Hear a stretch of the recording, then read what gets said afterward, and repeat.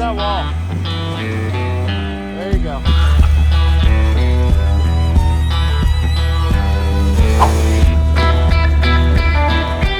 That's right, everybody. Welcome back to Mud Tire, where today is a salute to lighting. Now, everything on this table is from the company Auxbeam. They called me up and asked if I would review one of their sets of lights, and I asked them, why not send me a whole list of lights instead, and I'll give you my honest thoughts. And they actually said yes. Well, good for you. So what our plan is today is I'm going to give you a quick breakdown of how these things look as far as build construction. Then we're going to throw them on the Jeep. We're going to check out the beam pattern. After that, we're loading up. We're going to Windrock, where we're going to do some night rock crawling, and we're going to see how these actually perform on the trail, because that's what really matters. We're not going to be doing this whole out on a back road, in a parking lot, at a park. We are actually going on the trail where you can see how these really work. First thing I want you to know is unboxing these things, the quality of these lights are impressive to say the least. These are actually heavier than a lot of these other brands that I've unboxed, like KC, some of the Morimotos.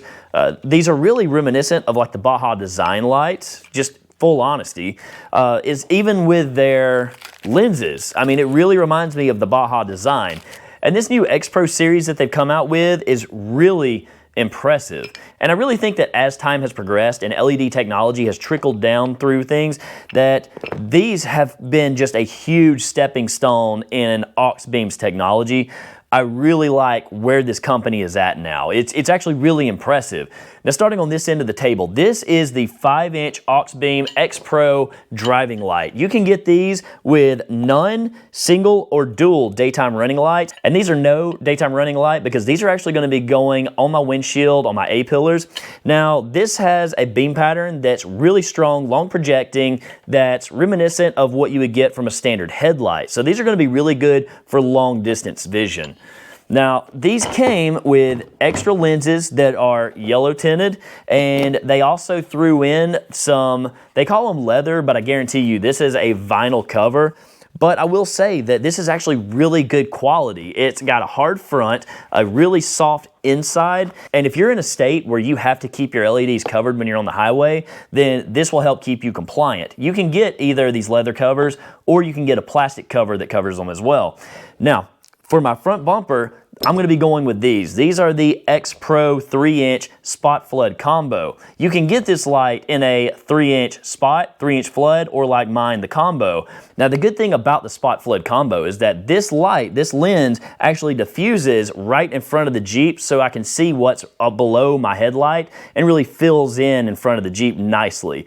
But at the same time, this top section sends a more long-range beam, and the interesting thing I noticed while playing with this is it has a defined cutoff line just like a headlight. So if you're worried about those LED pods going down the road that blind everybody, this is not going to do that. This has a perfect defined line that I'll show you later when we test these out.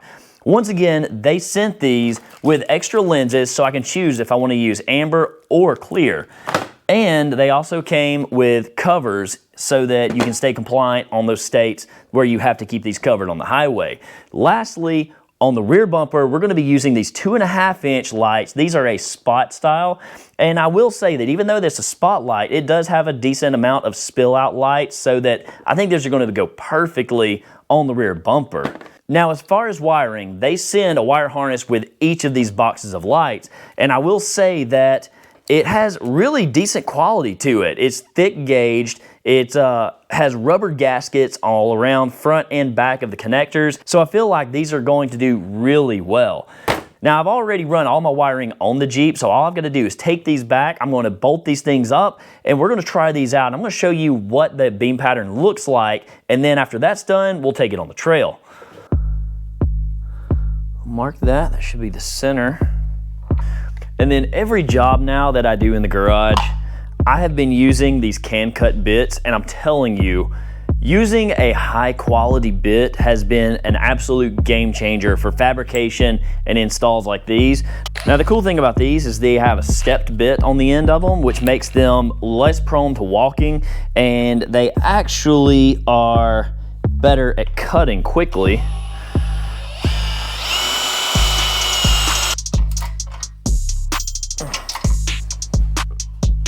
go.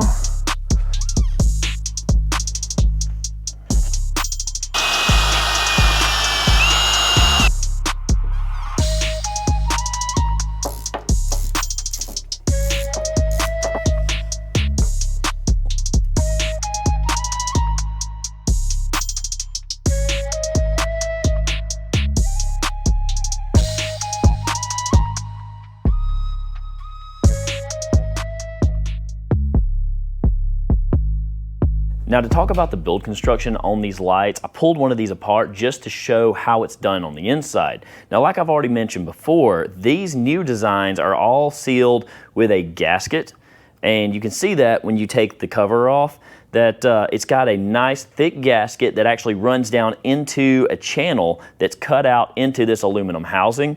And yes, this is an aluminum housing. They said it is painted. It's not a powder coat, but from what I've been hearing from looking around online, a lot of people are saying you get many years without fade on these things, up to like 7 years in harsh weather. So I feel like this is going to last a pretty good while without any discoloration. But your housing, like I said, it's got this nice groove cut all the way around that this gasket drops into. That means that this is replaceable, these are replaceable, and you can swap them out with different tints and styles. So if I decided that I wanted a spot instead of a spot flood or an all flood, then all I have to do is place an order for maybe a $10 lens, drop it in, and in a few minutes, I've changed out my lighting. So I really like that feature on these, really nice. This is the front plate that goes onto your light, and once again, it's aluminum just like the rest of the body. It screws on 4 points, and it holds this down really well. It goes on just like that. So replacing your lenses, really easy. They send you the hardware to even do the job. Now, this is the 5-inch driving light. This thing puts out a ton of light. This one is the one that I was mentioning. It's like really well, it's really heavy, really stout. I love that they use 4 bolts total to lock this thing down, and it's adjustable for all directions, so you can point it up, down, left, right, easily adjustable and locked into place. And like I mentioned before, these lights are not glued together or anything cheap like that. These actually have rubber gaskets on these, so they're built a lot like the higher end lights as well. Now these are the 2.5 pods. This is a spot, and these I was really impressed. Again, the weight, it doesn't feel cheaply made. This is the only one that the mount was a lot lighter weight, a little weaker, smaller bolts, but of course it's a lot smaller light. And where they're at, I'm not worried about them actually hitting anything. All right, so before we go down 1215, I want to show you how this light output really is. So if you turn around behind you, you're going to see what my standard output of these lights are. And tell you what, let me turn this off so you can actually hear me. This is what my standard headlights are. That's by themselves. Now, if I turn on these fogs that I just installed, these are the X-Pro 3s. All right, love the output right here in front of the bumper. It fills in really nicely with a good distance on those little pods. And notice that they keep that straight cutoff on the line, on the tree line. That means that you're not going to blind anybody that's coming up on you in traffic or on the trails. Now let's throw on the 5-inchers and see how that does on the light output on this trail. Jesus. All of a sudden, our night wheeling has just basically become day wheeling.